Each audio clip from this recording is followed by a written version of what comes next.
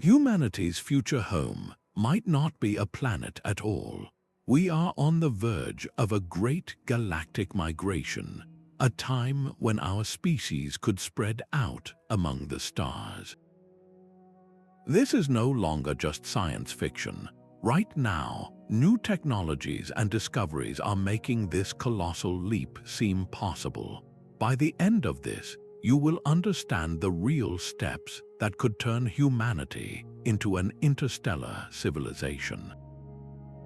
We will explore how we might cross unimaginable voids in ships that are worlds unto themselves, and what it means to harness the energy of stars. What kind of future do you dream of finding in the cosmos? Earth is our cradle, a beautiful and fragile home.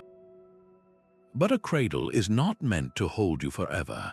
Our planet floats alone in a vast and unpredictable void, a single lifeboat adrift on a cosmic sea. This profound vulnerability is the engine of the Great Galactic Migration. Staying put on one world, no matter how comfortable, is an immense risk.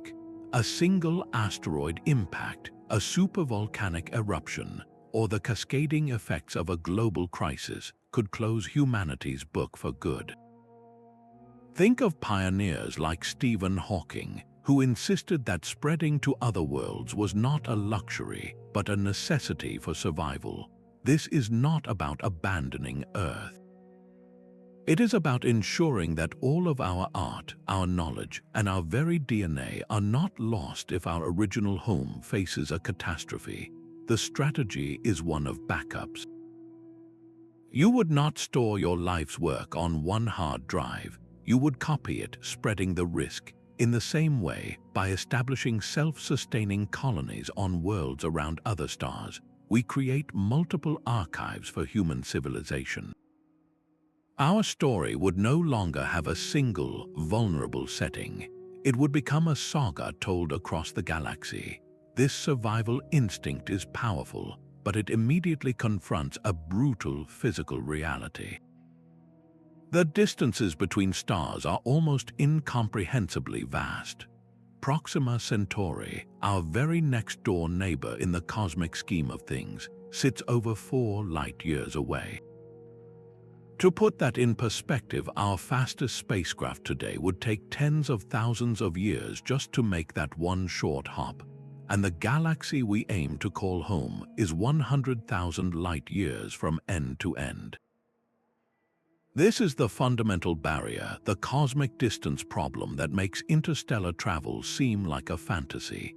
It is not merely an engineering challenge, it is a profound rewrite of the laws of physics as we apply them to travel.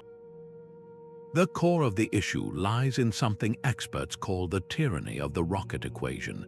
In simple terms, to go faster and farther, you need more fuel. But that fuel itself has mass, which means you need even more fuel to push that fuel. This creates a vicious cycle where the required fuel grows exponentially, quickly becoming an impossible burden for any vessel meant to cross the void. Chemical rockets, the kind that took us to the moon, are utterly useless for this. They are like trying to row a canoe across the Pacific Ocean. You would run out of energy and supplies long before you ever saw another shore. So how do we break this tyrannical equation? We must look to propulsion systems that do not rely on carrying all their fuel on board. Imagine a spacecraft that uses the gentle but constant push of sunlight on a gigantic, ultra-thin sail. Over time, in the frictionless environment of space, such a craft could build up tremendous speed without a single drop of fuel.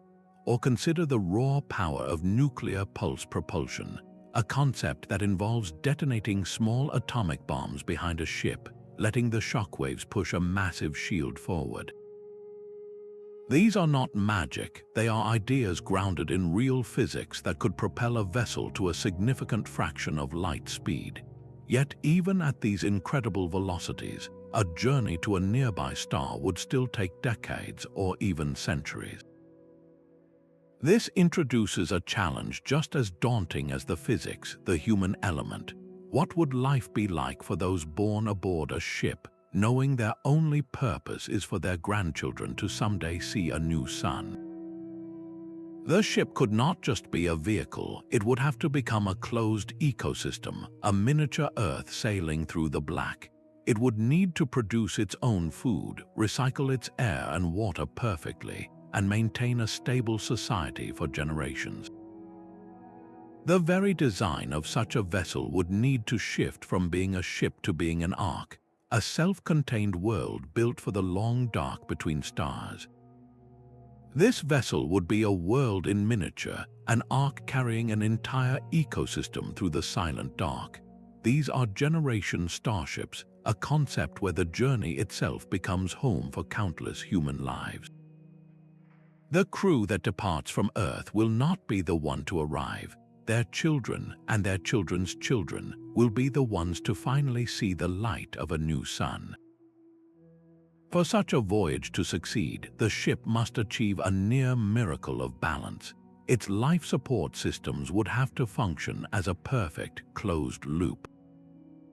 Every breath of air, every drop of water, every piece of waste must be endlessly purified and recycled. Think of it as a vastly more complex and resilient version of the systems on the International Space Station, where the margin for error is virtually zero. Pioneers in this field, like Dr. Rachel Armstrong, envision ships that are more than just metal hulls. They would be living architectures, filled with advanced agricultural domes that mimic Earth's ecosystems, producing food and renewing the atmosphere. The engineering challenges are monumental. The ship would need a shield against cosmic radiation, perhaps a shell of water or generated magnetic fields. To prevent the physical decay of microgravity, it would likely spin to create artificial gravity, holding everything firmly to the inner surface of a vast rotating ring. And every critical system, from power to computing, would need layers of backups, a philosophy of redundancy to survive equipment failures over centuries. Yet the hardest problems may not be technical but human. How do you govern a society trapped inside a can for hundreds of years? How do you educate children about a world they will never see and instill in them a purpose for a destination they will never reach? You must design systems for conflict resolution, for cultural expression, and for mental health, all to prevent the slow stagnation or collapse of your isolated civilization.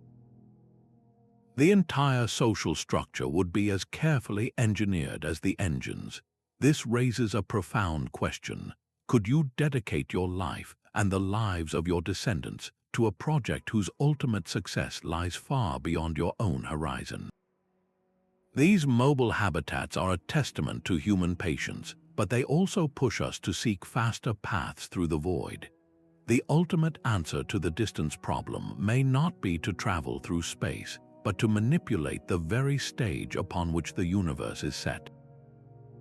This is the promise of breakthrough propulsion, where we stop fighting the void and start commanding it.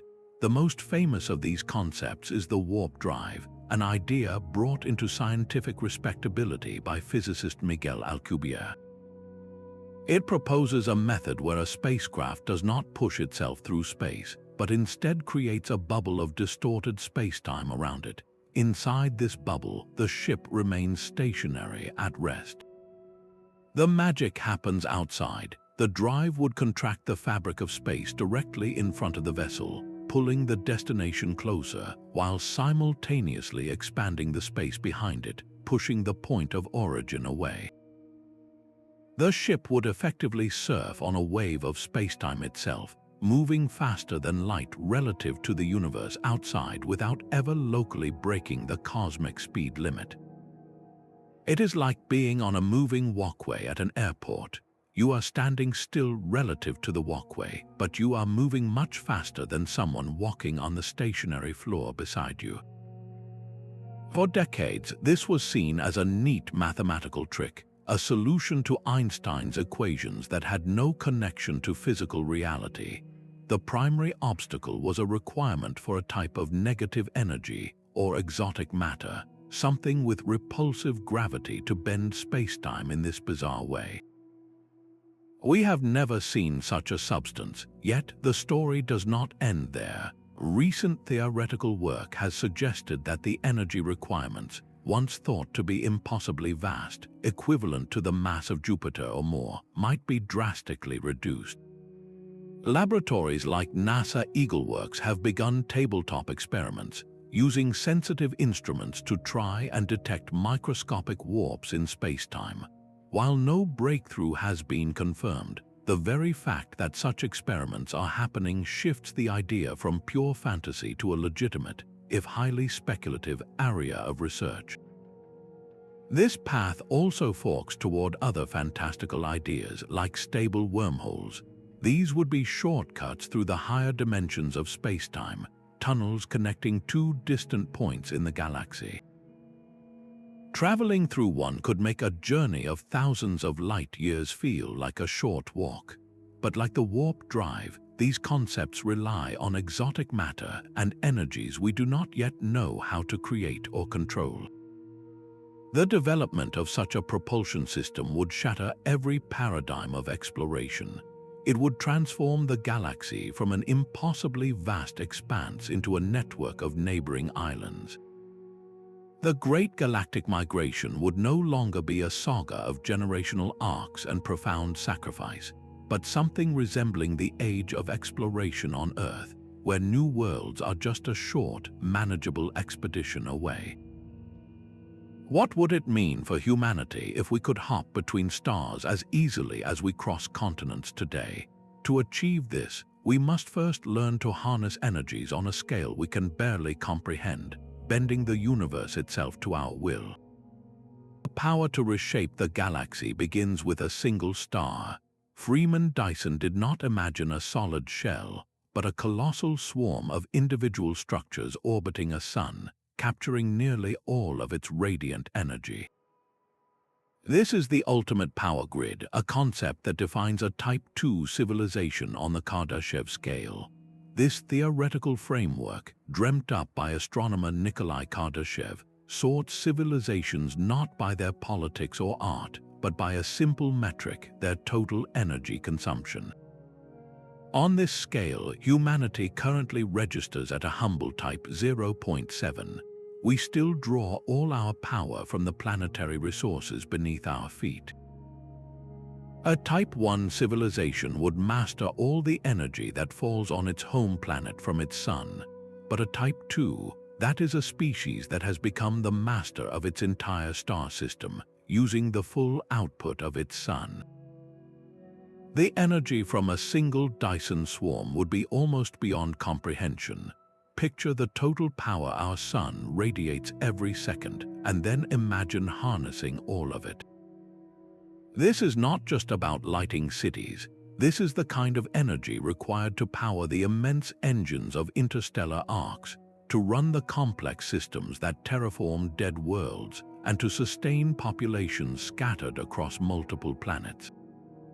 With such abundance, energy ceases to be something you save. It becomes a raw material as free and plentiful as air.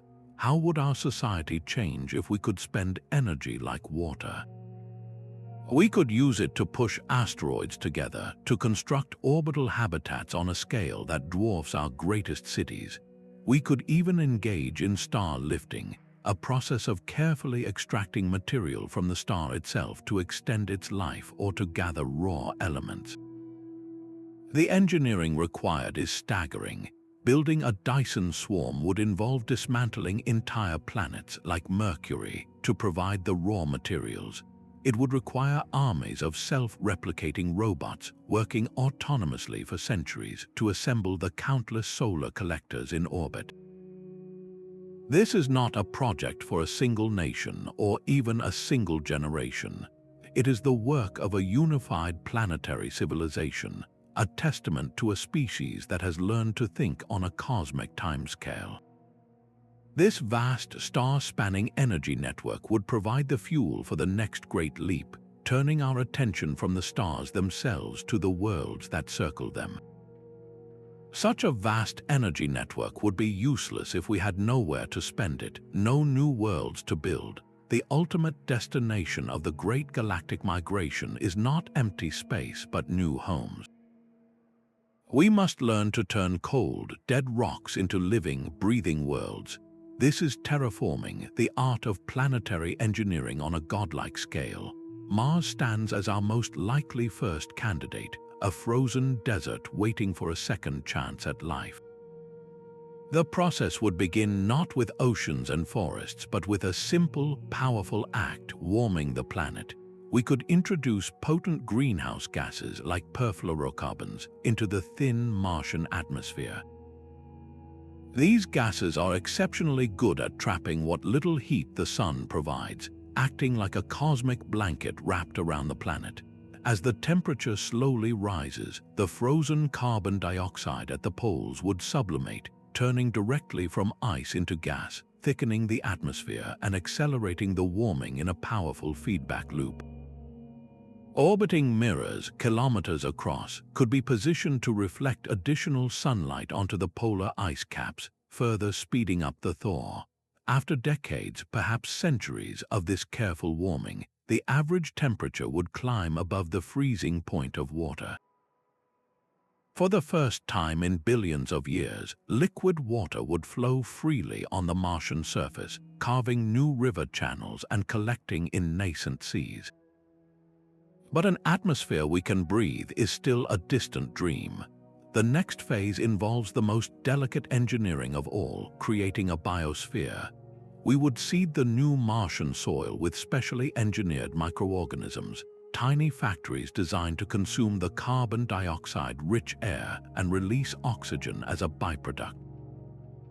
This is a jump start for an alien world's life cycle, a process that on Earth took nature billions of years. We would be compressing geological time into a manageable project, guiding the planet through its adolescence toward a state that can support human life. The soil, currently toxic with perchlorates, would need to be broken down and enriched with nutrients for agriculture. We would need to manage a brand new water cycle, guiding the rains and directing the flows. The entire endeavor is a symphony of interconnected systems, each change triggering a cascade of others that must be carefully monitored and guided. This power to reshape a world does not come without profound questions. What if we discover simple, microbial life clinging to existence in a Martian aquifer? Do we have the right to overwrite its world with our own? The act of terraforming forces us to confront our role in the cosmos. Are we gardeners or conquerors? Before we can even attempt to answer that, we must first master a more immediate challenge: learning how to live and truly thrive in the unforgiving emptiness between these future worlds. The final frontier for humanity may not be a planet, but a world we build ourselves, orbiting in the void between stars or nestled around alien suns. These are space habitats, vast cylinders spinning to create gravity on their inner surfaces. Proposed by physicist Gerard K. O'Neill in the 1970s, these structures are not just stations, they are potential homes for millions. Picture the interior of one of these cylinders, not as a cold metal tunnel, but as a sprawling landscape. The ground curves upward around you, meeting high above in a band of windows that flood the valley with sunlight. You would feel a normal weight on your feet, breathe air scented with soil and plants, and look up at a sky that shows the starry universe slowly rotating by. This is a completely controlled environment, free from the harsh realities of an alien planet. There are no Martian dust storms, no Venusian acid clouds, no unpredictable geology. Every aspect of the weather, the atmosphere, and the ecosystem is meticulously managed for stability and comfort. The raw materials for building these colossal arcs would not come from Earth. They would be mined from asteroids and moons, rich in metals, water, and the essential elements for construction and life support. The design is a masterpiece of balance. The entire cylinder rotates using centrifugal force to simulate gravity, pinning everything to the inner surface. Solar power, abundant and constant in space, would provide all the necessary energy. And the life inside would function as a perfect closed loop, a far more advanced and reliable version of the Biosphere 2 experiment, where every drop of water and every molecule of air is constantly purified and reused. But beyond the physics and engineering lies a deeper question. What happens to people living in these encapsulated worlds? Isolated for generations, they would become cultural melting pots, giving rise to societies unlike any on Earth. Their art, their music, even their forms of government would be shaped by the unique constraints and freedoms of living inside a manufactured universe. Could new human identities emerge under an artificial sky? The path to building these celestial cities begins right here in our own solar system. It depends entirely on our ability to master the resources waiting for us in the asteroid belt and on the moons of Mars and Jupiter. This is the art of cosmic self-sufficiency, turning the raw materials of space into the bricks and mortar of our future. It is called in-situ resource utilization, but the concept is as old as human exploration itself. Pioneers have always survived by using what they find around them, and in space, this principle becomes our greatest enabler. Picture a spacecraft landing not on a planet, but on a rugged, metal-rich asteroid. Instead of unloading precious cargo from Earth, the crew deploys robotic harvesters that immediately begin drilling into the rock. They are not just exploring, they are mining. They extract frozen water from shadowed craters, a treasure more valuable than gold. This water can be split through electrolysis into breathable oxygen and hydrogen for rocket fuel. The very rock of the asteroid itself, pulverized and processed, can be fed into massive 3D printers, fabricating everything from radiation shielding to spare parts. This is not science fiction. It is the active goal of programs like NASA's Artemis mission, which aims to establish a sustainable presence on the Moon by learning to live off the lunar land. The lunar regolith, that fine, abrasive dust covering the Moon's surface, could be melted and printed into sturdy habitats, protecting colonists from harsh radiation and micrometeorites. Private companies are racing to develop these technologies, knowing that the cost of launching anything from Earth is astronomically high. Every ton of water or fuel we can produce locally is a ton we do not have to blast out of our planet's deep gravity well. This changes the entire economics of spaceflight. Suddenly, a distant moon like Jupiter's Europa or Saturn's Enceladus, both believed to harbor vast subsurface oceans, transform from mere destinations into potential interplanetary gas stations. A spacecraft could refuel there using locally harvested ice before making the long journey farther out into the solar system. This creates a stepping stone economy where one outpost produces fuel and supplies for the next leap forward. How would a society function when it is no longer tethered to Earth's supply chain? It would need to master closed-loop recycling, where every molecule of waste is repurposed. It would develop specialized trades like asteroid miner, atmospheric processor, or habitat fabricator. This self-reliance is the essential first step toward building the independent, resilient communities that will one day venture between the stars. The blueprint for an interstellar civilization begins with learning to make our own way, right here in our cosmic backyard. Communication across the galaxy would face an unyielding law of physics, the speed of light. A simple question sent from Earth to a colony orbiting Proxima Centauri would take over 4 years to arrive, and the answer another 4 years to return. A single conversation could outlive the person who started it. This fundamental delay shatters any notion of a centralized galactic empire issuing commands from a throne on Earth. Governance cannot be managed in real time, it must be architected for autonomy. The political structure of an interstellar humanity would likely resemble a vast, decentralized federation, a network of independent worlds bound by a common framework rather than controlled by a central power. Think of it like a constellation where each star shines on its own, yet together they form a recognizable pattern in the night sky. Each colony, each habitat, would need the absolute authority to manage its own survival, to make swift decisions about resource allocation, local laws, and immediate threats. They would be sovereign in their own space, yet to prevent a descent into a chaos of isolated, potentially hostile states, they would all agree to a foundational document, a galactic charter. This would not be a detailed list of rules, but a broad set of unifying principles, a common constitution for humanity. It might guarantee basic rights, outline protocols for peaceful interaction, and establish a shared mission like the collective exploration and stewardship of the galaxy.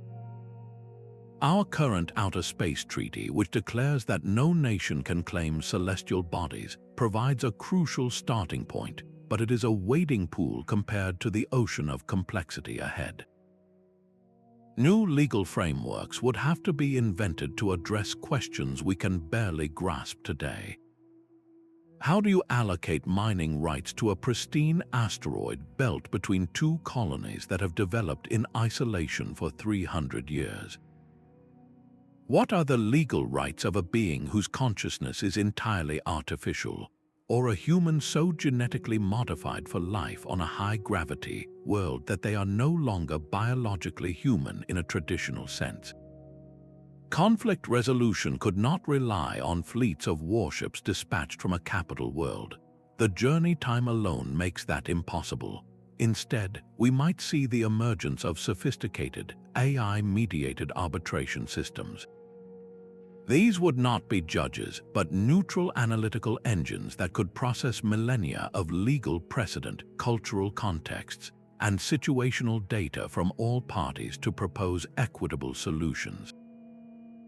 Or advanced forms of direct democracy might allow entire populations to vote on major interstellar issues, casting their ballots in a digital forum that aggregates results over decades. The greatest challenge would be social cohesion. How do you maintain a shared sense of humanity when your neighbors are 5 generations removed and live under an alien sky? The system would need to be deliberately designed to foster connection, not just coordination. This could involve vast cultural exchange programs where art, literature, and virtual experiences are constantly shared across the void. It would require grand, shared projects that give every colony a stake in a common future, like a collaborative effort to map the galactic core or to solve a fundamental scientific mystery. The governing model must be a living, breathing entity, flexible enough to accommodate societies and biologies we cannot yet imagine. It asks us the most profound question: what core values are so essential to being human that they must survive our dispersal across the cosmos? Our bodies are a product of Earth, finely tuned for its gravity, its atmosphere, and its sun. On a new world, we would be fragile visitors. The very first colonists on a high-gravity planet would feel the crushing weight of their own bodies, their bones straining under the pressure. Over many generations, natural selection would take its course. Only the individuals with the strongest bones and the most powerful hearts would thrive and pass on their genes. Their descendants might become shorter, stockier, built like planetary bulldogs to withstand the relentless pull. On a world orbiting a dim red dwarf star where the light is perpetually twilight, generations might evolve larger eyes capable of seeing in near total darkness. This is evolution in fast forward, driven not by the slow forests of Earth, but by the stark demands of alien environments. Yet we may not need to wait for nature's slow hand. Genetic engineering offers a way to fast-track this adaptation. Scientists like George Church are already investigating technologies like CRISPR, which acts like a precise pair of molecular scissors, allowing us to edit our own DNA. We could potentially introduce traits that make us more suitable for our new homes. Imagine colonists whose cells are modified to better repair damage from cosmic radiation, a constant threat in space. Or humans engineered to require less oxygen, able to breathe comfortably in the thinner atmosphere of a world like Mars. We could design ourselves for efficiency, reducing our need for food or water in resource-scarce environments. This is not merely about survival, it is about flourishing, about becoming native to a world that was never meant for us. But this power to redesign our own blueprint carries immense ethical weight. If we begin to tailor humans for specific planets, a profound question emerges. At what point does a modified human cease to be human in the way we understand it? A person engineered for life in the crushing depths of a gas giant's moon, with a radically different physiology, might be as alien to an Earth-born human as a dolphin is to us. They could become a new subspecies of Homo sapiens, optimized for their own little corner of the galaxy. How would we ensure equality and understanding between these different branches of humanity? Would a baseline human, fragile and unevolved, be seen as inferior on a high-gravity world? Or would the engineered humans be treated as second-class citizens when visiting Earth? The potential for prejudice and conflict is real. The long-term trajectory of this divergence could lead to speciation. If groups of humans are isolated on different worlds for thousands of years, accumulating genetic changes tailored to their environments, they may eventually become so distinct that they can no longer interbreed. The single, proud tree of humanity would split into a forest of different species.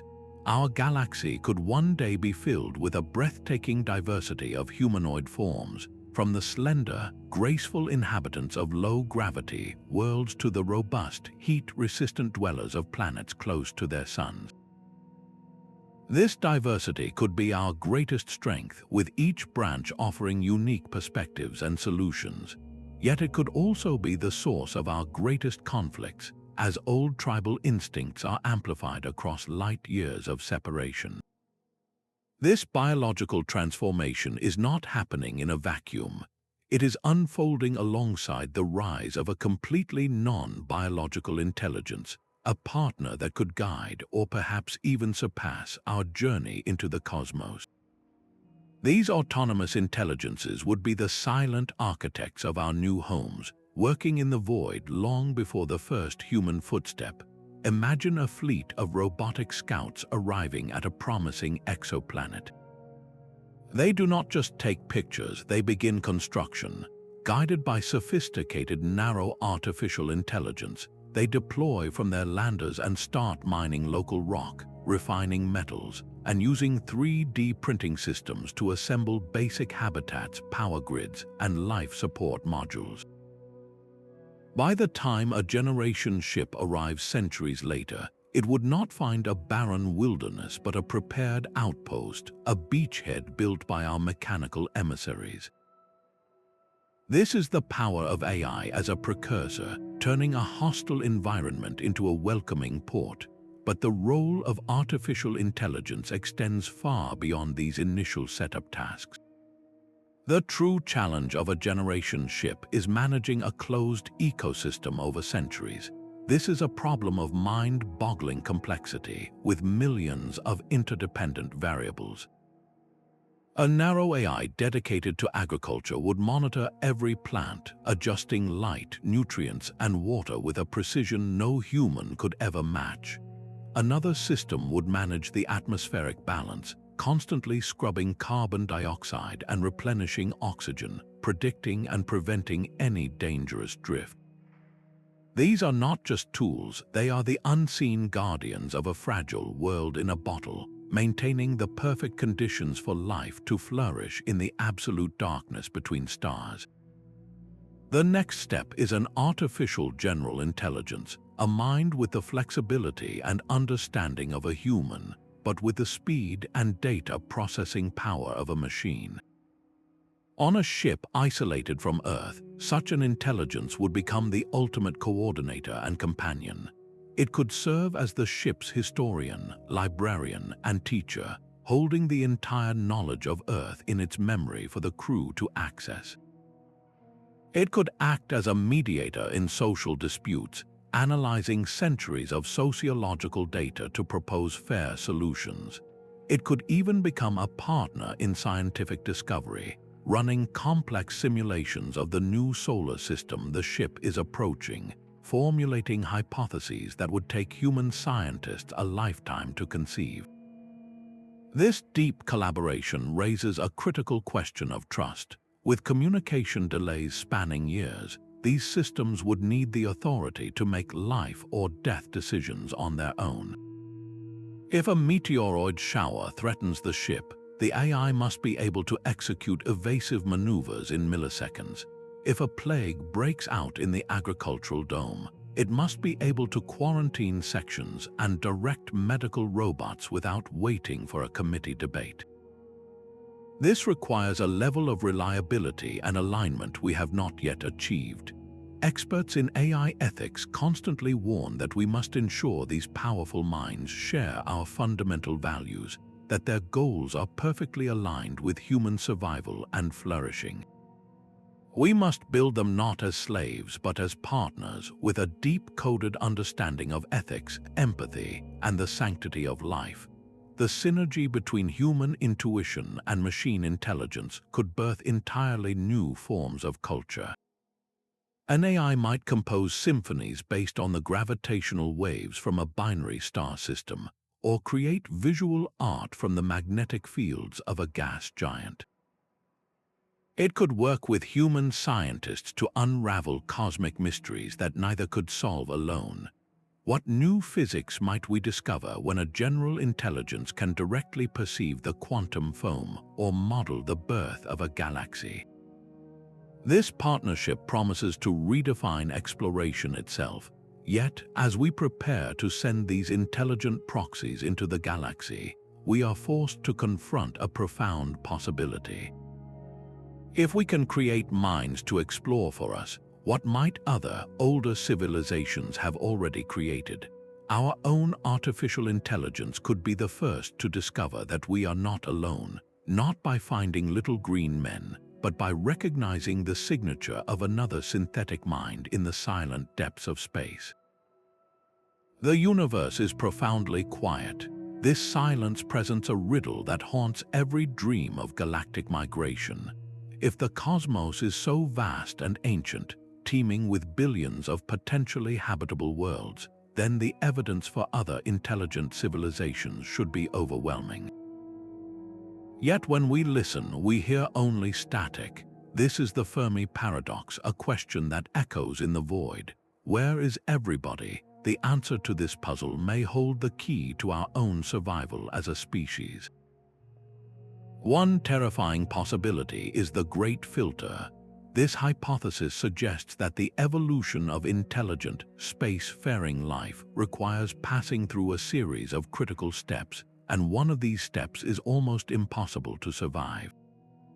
Perhaps the filter is behind us, a rare fluke like the emergence of the first self-replicating molecule that we were lucky enough to pass. Or, more ominously, the filter lies in our future. It could be that almost every civilization that reaches our level of technological development inevitably discovers the means of its own destruction, whether through nuclear war, engineered pandemics, or a runaway artificial intelligence. Our Great Galactic Migration could be the very test that determines which side of the filter we are on. Will we become another silent day to point in a cosmic graveyard, or will we learn to navigate the dangers that have presumably silenced others? This forces us to look at our own expansion not as a triumphant conquest, but as a careful, sustainable stewardship. We must learn from the potential mistakes of civilizations we will never know, avoiding the resource wars and ecological collapses that may have doomed them. Our journey must be built on principles of balance and renewal, not just for our own sake, but as a tribute to the silence we aim to fill. Another explanation for the quiet is that intelligence takes forms too alien for us to recognize. A truly advanced species might not build radio transmitters or Dyson swarms as we imagine them. Their technology could be so seamlessly integrated into their environment or operate on principles so far beyond our physics that it is invisible to our instruments. They might be out there watching our clumsy first steps with detached curiosity, or perhaps they follow a prime directive of non-interference. Our migration could change that. By becoming an interstellar species, by actively reshaping worlds and sending our voices across the light years, we may finally make ourselves interesting enough to warrant a response. This first contact would redefine humanity forever. It could spark a golden age of shared knowledge, where we learn secrets of the universe from elders who have seen galaxies rise and fall. Or it could bring conflict, a struggle for resources or territory against a power we cannot hope to understand. The very act of spreading out might be what finally breaks the silence, for better or for worse. So as we prepare to leave our cradle, we must ask ourselves not only how we will survive, but what kind of civilization we want to be when we step onto the galactic stage. Are we destined to be the lone voices in a cosmic choir, singing a song no one will ever hear, or are we the first notes of a symphony that has yet to begin? The silence is not an empty void but a question, and our migration is our answer. This silence we confront is not just a physical void, but a moral one. Before we can claim a single new world, we must first navigate the profound ethical questions that come with the power to spread life itself. Suppose our first robotic scout to an icy moon discovers not a sterile landscape, but a subterranean ocean teeming with simple, alien microorganisms. This discovery would trigger a crisis of cosmic proportions.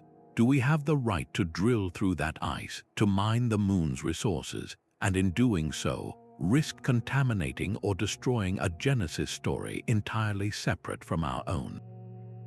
The principle of planetary protection argues that we must treat such places as sacred, as natural preserves to be studied with the lightest possible touch. This is the essence of cosmic humility, an idea championed by thinkers like Carl Sagan, who reminded us that this pale blue dot is just a tiny part of a much grander cosmic tapestry.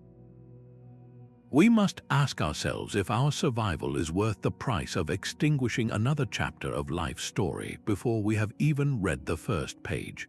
Our responsibility may extend beyond our own species to become stewards of life in all its potential forms. This introspection also turns inward to the generations who will carry our ambitions. Is it just to commit children born on a generation ship to a life where their entire universe is a metal hull, their destiny predetermined by ancestors they will never know? They never consented to this voyage. We are making a choice for them, betting their lives on the hope of a new world. This forces us to define a new kind of intergenerational justice, one that ensures the lives we create in transit are rich with purpose, autonomy, and opportunity, not merely a means to an end. And when we finally arrive, the challenges of fairness only multiply.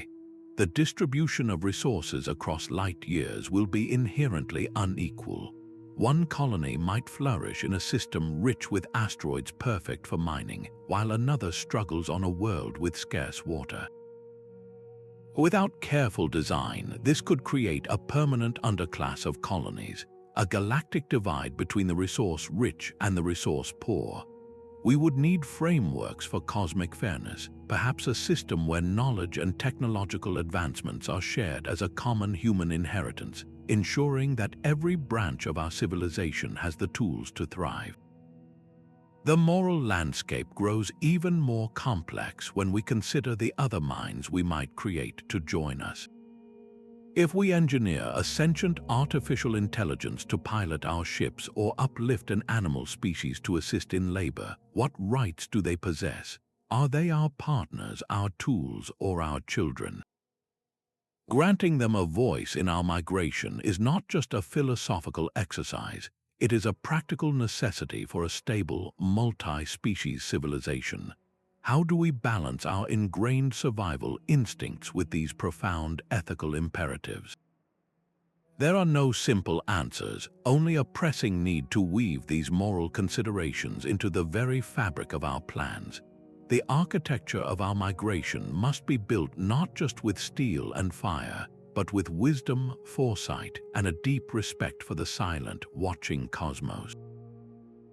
The very idea of an economy would transform under the light of alien suns. On Earth, our systems are built upon the foundation of scarcity, where land, minerals, and energy are finite and fought over. But in the vast expanse of a colonized galaxy, the fundamental rules change. A single metallic asteroid can contain more iron and nickel than has been mined in all of human history. A Dyson swarm around a star provides energy so abundant it becomes virtually free. For colonies that master this cosmic harvest, the concept of poverty could vanish entirely, giving rise to a post-scarcity society where no one wants for basic survival needs. Imagine a citizen on a thriving orbital habitat where food is synthesized, power is limitless, and shelter is printed on demand. Their wealth is no longer measured in material possessions, but in something far more personal. The transition to this interstellar economy would not be uniform, however. A colony orbiting a young, resource-rich star would experience a golden age of plenty, while another, stranded in an older system with few asteroids, might still struggle with rationing and scarcity. This creates a stark new kind of inequality, not between individuals but between entire worlds. To prevent a fractured humanity, we would need to invent mechanisms for cosmic redistribution, perhaps a voluntary tithe where prosperous colonies fund development in less fortunate systems, viewing it not as charity, but as an investment in the resilience of the entire human network. With physical goods becoming commonplace, what then becomes valuable? The new currency of the galaxy would likely be intangible. Unique data would be a priceless commodity. The detailed atmospheric analysis of a newly discovered water world, or the quantum signature of a stable wormhole. Genetic codes for organisms engineered to thrive on specific exoplanets could be traded like blueprints for survival. A colony that develops a breathtaking new form of virtual art or a profound philosophical movement could export that culture, its creative works becoming its primary economic engine. But how do you trade across light years of silence where a handshake deal could take a decade to confirm? Trust becomes the ultimate commodity. This is where decentralized systems like blockchain could provide a solution, creating an immutable, transparent ledger of transactions that is verified across countless independent computers on different worlds. A contract signed on Earth would be instantly and unbreakably recorded on servers in the Alpha Centauri system, enabling commerce without the need for slow, centralized authorities. These automated markets would be managed by impartial artificial intelligences, constantly analyzing the needs of thousands of colonies and allocating resources with godlike efficiency to prevent shortages or gluts. In such a system, the very nature of work undergoes a revolution. The mundane, the repetitive, the dangerous, all of this becomes the domain of machines. Human purpose shifts away from labor and toward creation. Professions we can barely conceive of would emerge, like exo-ecologists who design entire planetary biospheres, or consciousness architects who craft shared virtual realities for interstellar communities. What does it mean to be wealthy when your basic needs are met by an invisible infrastructure of intelligent machines? Status might be derived from your contributions to the galactic archive of knowledge, from the beauty you create, or from the frontiers you have personally explored. Your wealth could be the richness of your experiences and the depth of your connections across the stars. Yet this entire grand vision hinges on a practical beginning. Funding the initial leap, building the first-generation ships and Dyson swarms, requires mobilizing resources on a scale that dwarfs all previous human endeavors. It would demand new models of investment, perhaps interstellar bonds that mature over centuries, or a global commitment of a fraction of Earth's economic output for generations. The economy of the galaxy starts with a single, audacious investment in our own future. Funding the first Starship might not come from a government or a billionaire, but from you. The Great Galactic Migration could become the largest crowdfunding campaign in history, a project owned not by a single nation, but by the species. Imagine millions of people contributing the price of a cup of coffee toward a new type of engine, or lending their home computers idle processing time to crunch data on potential exoplanet atmospheres. This is not a distant dream.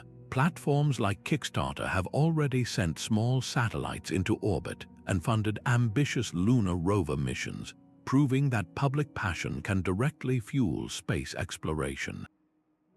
This model can be scaled to an almost unimaginable degree.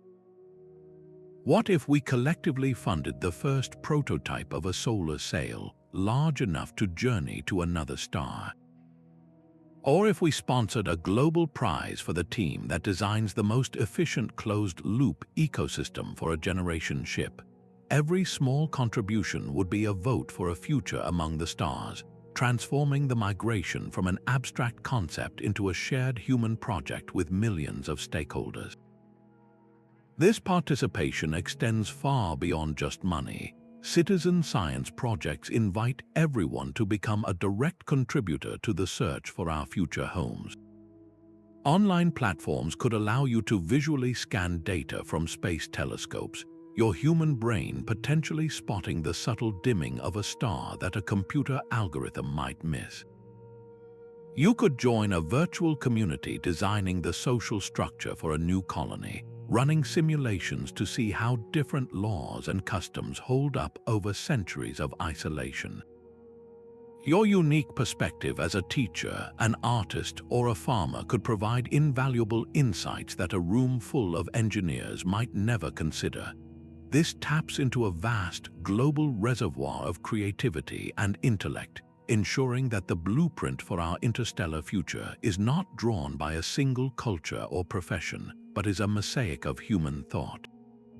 The connection becomes even more intimate through immersive technology. Social media feeds and virtual reality experiences could let you follow a family on their multi-generational journey aboard a starship, sharing in their daily triumphs and challenges. You could take a virtual walk through the agricultural domes of a nascent Martian city, or look up at the binary suns of a colony world light years away. These experiences do more than just inform, they build empathy and a profound sense of shared ownership. You are not just a spectator, you are a virtual citizen of these far-flung outposts. Some platforms might even allow for participatory governance, where people on Earth can vote on minor cultural or design decisions for a new habitat, fostering a feeling of involvement that bridges the light years. This grassroots movement is the essential counterbalance to the efforts of governments and large corporations. While those entities provide the necessary scale and long-term stability, public participation provides the heart and soul. It ensures that the migration reflects the values and aspirations of humanity as a whole, not just the strategic interests of a few. The cultural momentum generated by a globally engaged populace is what will sustain this endeavor across the generations it will require. It transforms the journey from a cold, technical program into a living story that we are all writing together. So the question is not whether someone will build this future, but what part you will play in its creation. Your curiosity, your voice, and your imagination are the most vital resources we have. The vast, silent emptiness outside the hull is only half the challenge. Inside, the human mind must confront a profound and unending separation from everything it has ever known. This is the psychology of isolation, a deep space of the mind where loneliness can fester and the monotonous hum of machinery can erode even the strongest will. We have glimpsed this future in the most extreme environments on Earth. Scientists spending long winters in Antarctic stations, or submarine crews sealed away for months beneath the ocean, report a common pattern. The initial excitement fades, replaced by a grinding monotony. In these confined, repetitive settings, small annoyances can magnify into major conflicts, and morale can plummet without constant, careful effort. For a crew bound for another star, these challenges are magnified 1,000-fold. Their journey is not for months but for lifetimes. They will live and die inside a metal world, knowing they will never feel rain on their faces, never walk in a forest or see the full, unedited sky of Earth. To survive this, the habitat cannot just be a machine for living. It must become a sanctuary for the human spirit. Countermeasures would be woven into the fabric of daily life. Virtual reality would offer a vital escape, not as a frivolous game, but as essential psychological maintenance. Colonists could spend an afternoon hiking through a simulation of the Swiss Alps, the sights and sounds so perfectly rendered that the brain is briefly tricked into believing it is home. Regular communication with other colonies, despite the years-long delay, would create a sense of a broader, enduring human community. A message from a sister ship would be a cherished event, a time capsule of news and camaraderie that affirms they are not alone in the void. The physical design of the ship itself is paramount. Architects would use biophilic design, a principle that connects people to nature within built environments. Living spaces would be bathed in full-spectrum light that mimics a natural day cycle.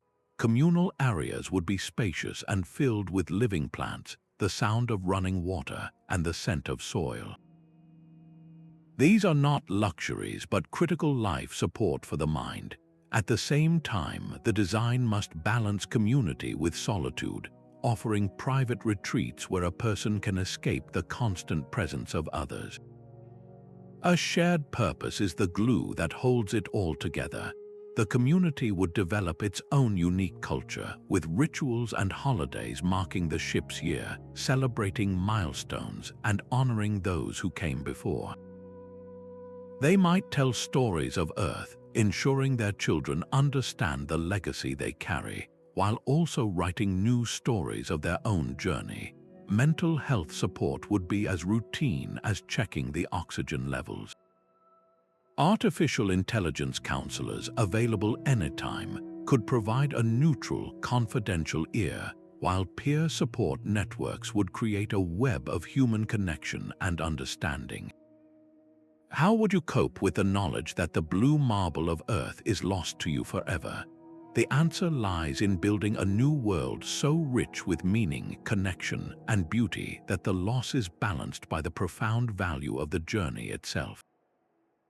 This careful attention to the human soul is what transforms a colony from a mere outpost into a civilization.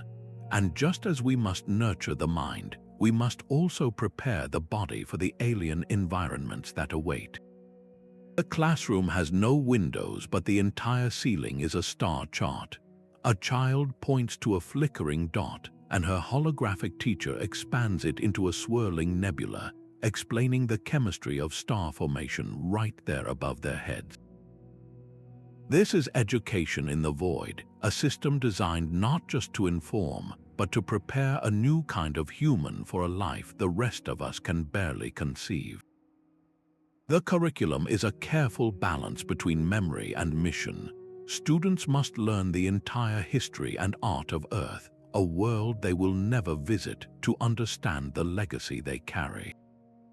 But they spend just as much time mastering the practical skills of survival, from diagnosing life support algorithms to performing surgery in a high-gravity simulation. Their teachers are often artificial intelligences, patient tutors that adapt to each student's unique learning style. One child might spend the morning composing a symphony inspired by planetary orbits, while her classmate works through an advanced engineering problem to reinforce a faulty hull plate. Field trips are the ultimate practical exams. A teenager might be tasked with a real spacewalk to repair an external sensor array, their every move monitored and guided by an AI. Back inside, they could explore a perfectly simulated Martian canyon or the methane seas of Titan, learning geology and exobiology not from a flat screen, but through immersive, hands-on experience. Yet the most critical lessons are not technical. These children will become the diplomats and leaders who interact with other colonies that have developed in isolation for centuries. Their education must include deep ethical training, forcing them to debate complex scenarios. How do you share limited water resources with a neighboring habitat? What rights does a newly discovered alien microbe possess? They practice cultural sensitivity, learning about the different traditions, governments, and even languages that have evolved on other generation ships. The goal is to create lifelong learners, citizens who are endlessly curious and resilient enough to solve problems their ancestors never anticipated. What is the most important subject for a child born among the stars?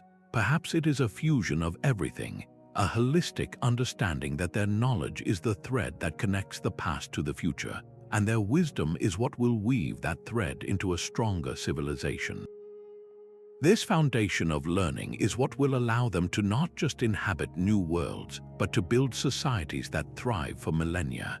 A broken bone on Mars would be a medical emergency unlike any on Earth. The doctor is not just treating a fracture, but a body fundamentally changed by its environment, where weakened bones have become brittle from the planet's lighter gravity. This is the new frontier of medicine, where healthcare must evolve to combat the unique perils of life beyond our home world. The human body is a finely tuned instrument for Earth's conditions, and in space it begins to fall out of tune.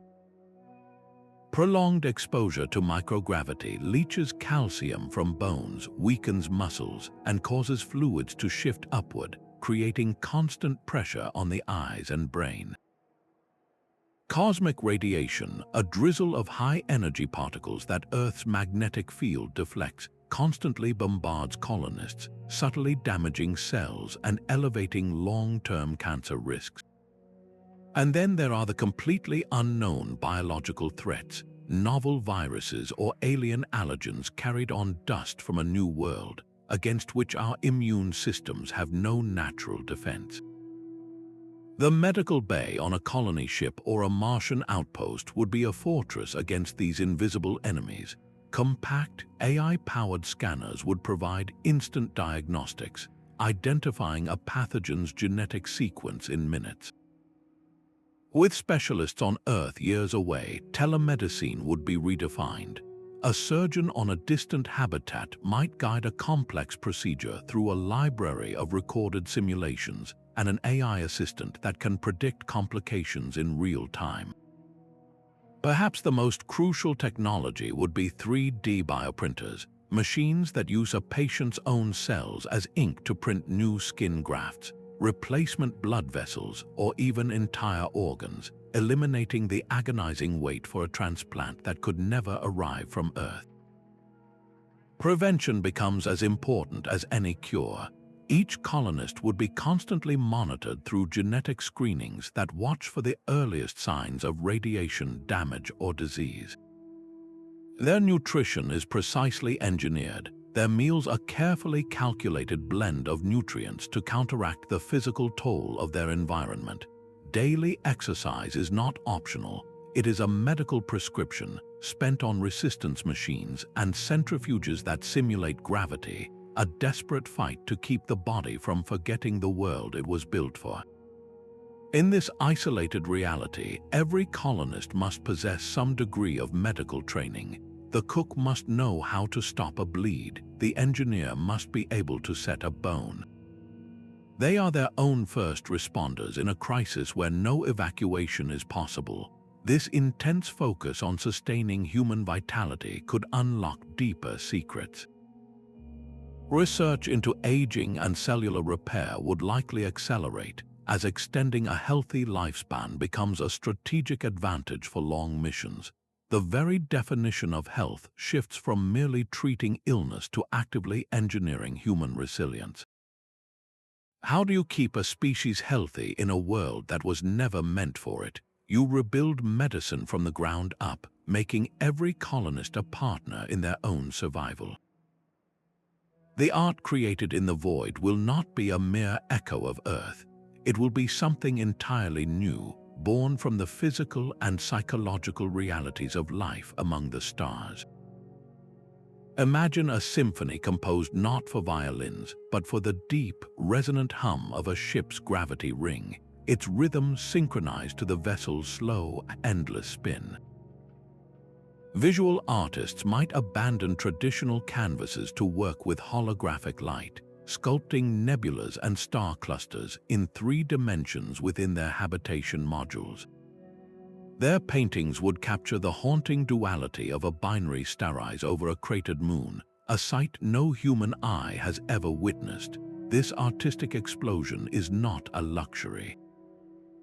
It is a fundamental tool for survival, a way for isolated communities to process their shared experience and forge a unique identity.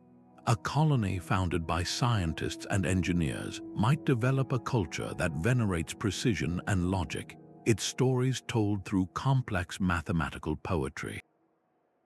Another, settled by agricultural specialists on a lush world, might birth a vibrant tradition of biological art, using genetically engineered plants that glow with the light of their new sun. These cultural branches will diverge rapidly, shaped by local history, by a catastrophic near miss with a comet, or by a generation's long rivalry with a neighboring habitat. To maintain mental well-being in such confined and artificial environments, creative expression becomes as crucial as oxygen. Virtual reality galleries will serve as the town squares of interstellar society. A dancer on a ship nearing Tau Ceti could perform a piece inspired by the loneliness of the journey, and that performance would be beamed across the void. Decades later, a child on a world orbiting Proxima Centauri would experience it, finding solace and connection in movements born from a shared sense of isolation. This slow, stately exchange of art and ideas could spark a galactic renaissance, a blending of traditions from 1,000 different colonies into something richer and more complex than anything on Earth. The stories these cultures tell will inevitably reflect their epic reality. Their myths will not be about gods on mountains, but about the original crews who braved the void. Their heroes will be the engineers who saved a failing ecosystem, or the explorers who first stepped onto a world with 3 moons. The central themes will be universal, yet deeply personal: journey, identity, and the profound mystery of the cosmos. This incredible cultural diversity may become humanity's greatest asset. When a colony faces an impossible problem, they will not have just one cultural perspective to draw upon. They will have access to the collective wisdom and creativity of an entire galaxy of human experience, fostering innovation and empathy across unimaginable distances. What new forms of music might emerge from the silence between stars? What stories will we tell when our backyard is the entire Milky Way? Nurturing this requires us to see artists as essential pioneers, their brushes and instruments as vital to our future as any fusion reactor or Starship hull. A silent, drifting probe suddenly appears on the long-range sensors, its design utterly alien. This is the moment every protocol is written for, a first contact scenario where a single wrong move could spell disaster or a single correct gesture could open a universe of knowledge. Long before any colony ship leaves the solar system, its crew will have trained for this. They will have drilled in first contact protocols, a set of guidelines developed by decades of work from organizations like SETI. The core principles are caution, respect, and a deep commitment to non-interference. The immediate reaction to an unknown artifact would not be to hail it or approach, but to observe.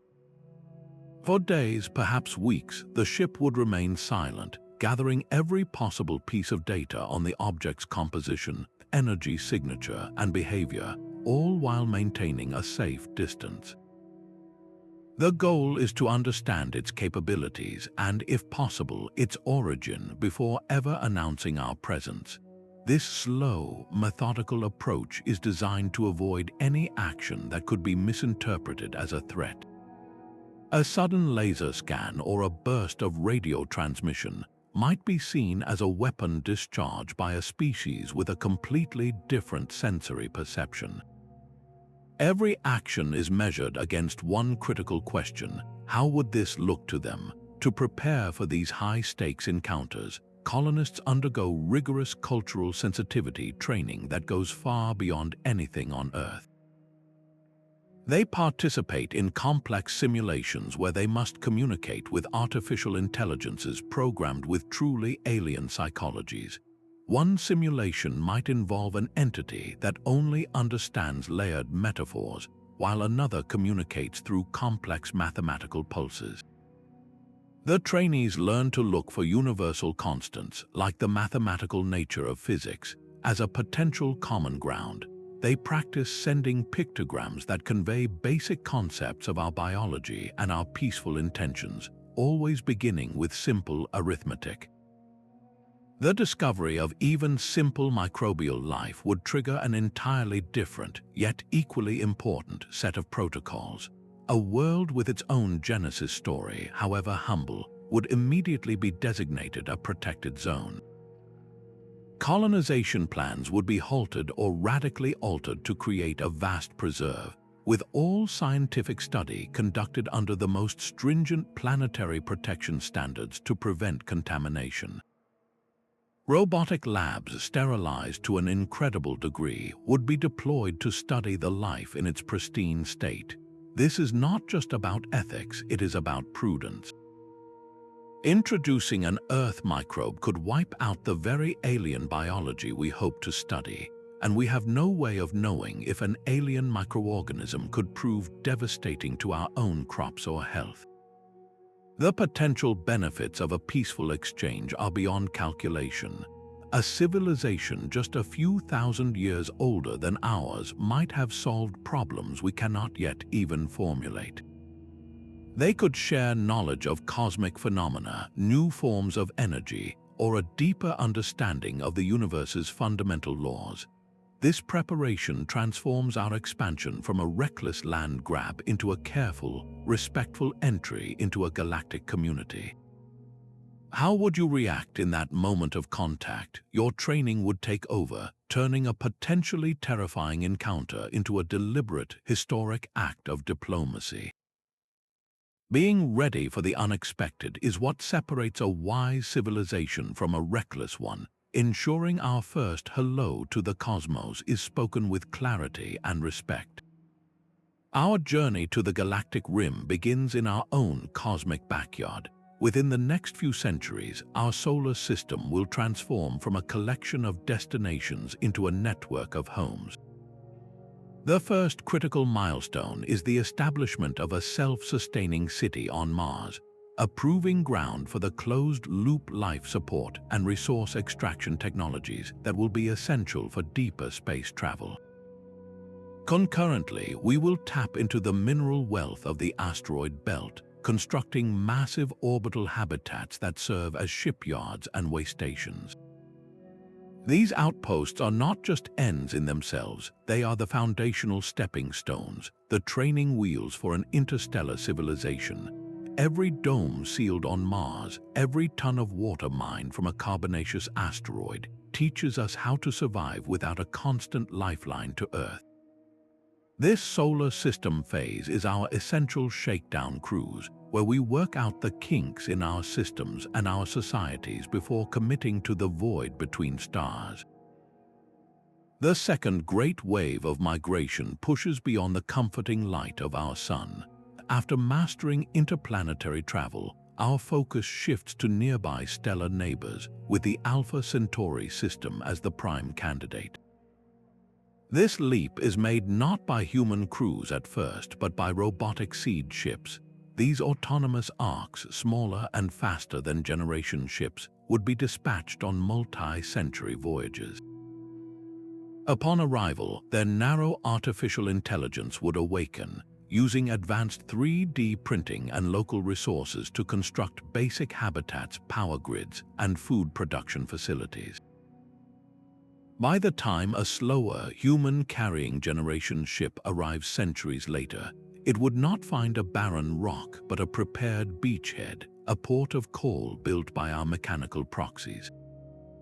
This phased approach dramatically de-risks the human journey, ensuring that our pioneers have a functioning base awaiting them instead of facing a completely hostile environment with only the supplies they carried. This gradual, self-reinforcing process builds an unstoppable momentum. Each successful colony becomes a new center of civilization, a hub from which the next wave of exploration can launch. A world in the Alpha Centauri system, now thriving and self-sufficient, can build its own seed ships and dispatch them to the next promising stars like Tau Ceti or Epsilon Eridani. The expansion ceases to be a single push from a tired Earth and becomes a multi-front wave, propagating outward in all directions. Over tens of thousands of years, this relentless, patient progression could see human-founded outposts dotting the Orion Arm, then pushing inward toward the resource-rich galactic core. The civilization that emerges is not a centralized empire, but a vast, decentralized federation of worlds, connected by slow but steady trade in data, cultural artifacts, and unique biological or technological discoveries. So what does this mean for us here and now? The most critical milestones are the ones we must achieve within the next 100 years. Perfecting closed-loop life support on the Moon and Mars is paramount. We must master in-situ resource utilization, learning to extract every drop of water and every breath of air from the regolith. We need to launch the first dedicated interstellar probes like Breakthrough Starshot to gather direct data on our target systems. And perhaps most importantly, we must foster the global cooperation and long-term thinking required to sustain a project that will span millennia. The first brick of the galactic rim is not a piece of exotic matter for a warp drive. It is the foundation of a research lab on Mars laid down within our lifetimes. This step-by-step roadmap transforms an unimaginable leap into a series of manageable steps, making our destiny among the stars feel not just possible but inevitable. A silent, drifting piece of ancient space junk, a relic from our first steps into orbit, could one day collide with a priceless alien artifact we have traveled light years to find.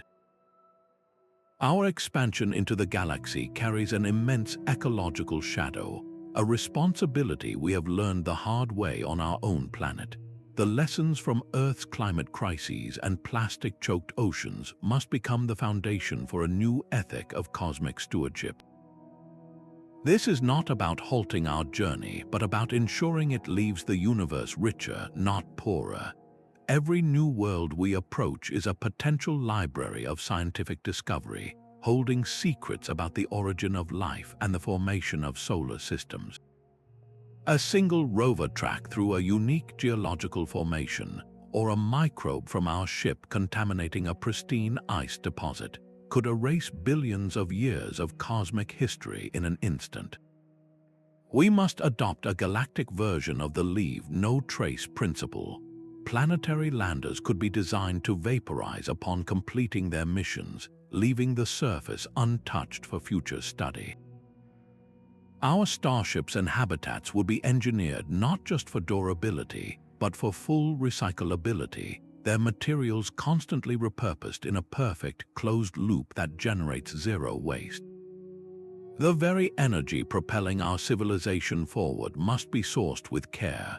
A Dyson swarm, for instance, can be constructed to have minimal impact, capturing solar energy without significantly dimming the star's light for any inner planets or altering the system's delicate gravitational balance.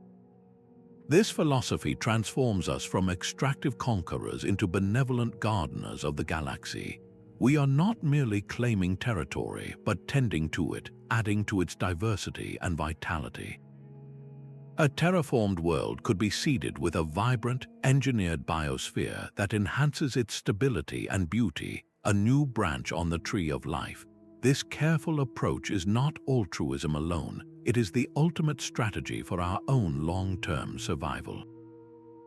Polluting our new home systems with debris or recklessly stripping them of resources would create the same crises of scarcity and conflict we hope to leave behind.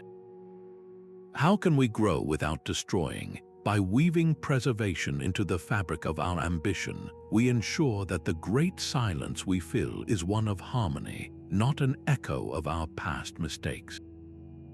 The scale of these challenges is not a reason to stop, but a map for where we must begin. Every grand vision for the galaxy must first pass through a gauntlet of brutal, practical tests. Technologically, we are asking for miracles that do not yet exist. We need energy storage systems that can hold immense power safely for centuries, not just years. We require radiation shielding that can defend against cosmic rays without weighing millions of tons. Our propulsion concepts, from nuclear fusion rockets to solar sails, remain trapped in laboratories or on the drawing board. These are not minor upgrades, they are fundamental leaps in physics and engineering that demand a sustained, global commitment to basic research.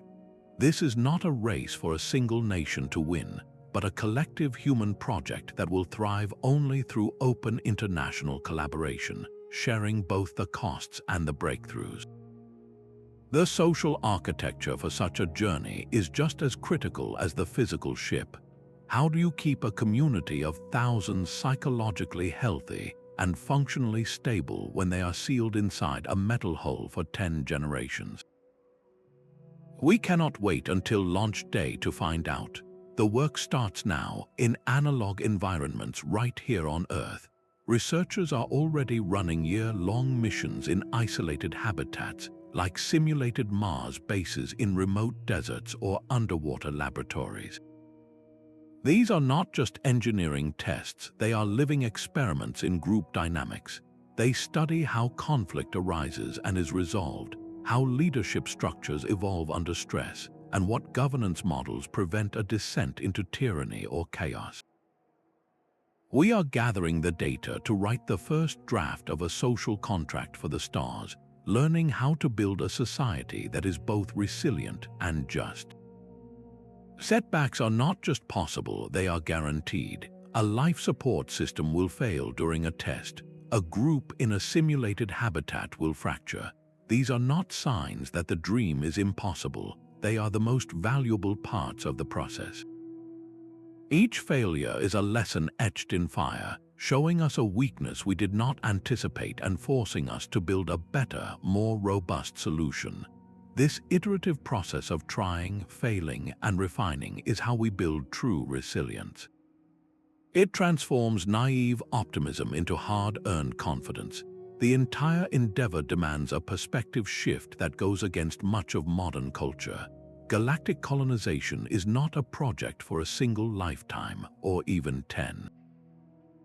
It is a multi-generational cathedral of effort, where the work of people alive today will be for the benefit of humans not yet born. This long now mindset is perhaps our greatest hurdle. We must learn to plant trees whose shade we will never sit under. The key is to break the monumental problem down into a series of manageable, stepping stone goals. Perfect a closed-loop greenhouse on the Moon, run a 100-person habitat simulation for 5 years, test a new radiation shield on a probe to Jupiter. Each solved problem is a brick laid in the foundation of our interstellar future. What is the first hurdle we need to overcome? It is the honest admission that the path is difficult and the patient commitment to begin the work anyway. The Great Galactic Migration is not a blueprint with a fixed completion date, but a direction for our species, a North Star guiding our collective ambition. We have journeyed together from the fragile cradle of Earth to the concept of generation ships carrying entire ecosystems, from the mind-bending physics of warp drives to the ethical weight of finding alien life. This is more than a flight of fancy. It is a plausible, though distant, future that redefines what it means to be human. It demands that we think in terms of centuries, not just quarterly reports, and that we innovate with a purpose that transcends our immediate needs. This vision requires a level of global cooperation that makes our current political squabbles seem trivial, uniting us in a project that belongs to all of humanity. The rocket scientist Konstantin Tsiolkovsky saw this truth over a century ago when he said that the Earth is the cradle of humanity, but mankind cannot stay in the cradle forever. His words are not a rejection of our home, but a call to grow up as a civilization, to accept the responsibilities and wonders that come with maturity. This idea can live in each of us. It can inspire you to advocate for scientific research, to engage in conversations about our long-term future, and to lend your own unique skills to the countless projects, large and small, that are already laying the groundwork. The stars are not a distant prize for some far future generation. They are a destination we begin building toward today, so we turn the question to you. Which part of this grand saga captures your imagination the most? Is it the engineering of colossal world ships, the prospect of discovering life on an icy moon, or the challenge of designing a fair society for the cosmos? Share your thoughts in the comments below, and if this journey has sparked your curiosity, subscribe for more deep dives into the incredible future awaiting us among the stars.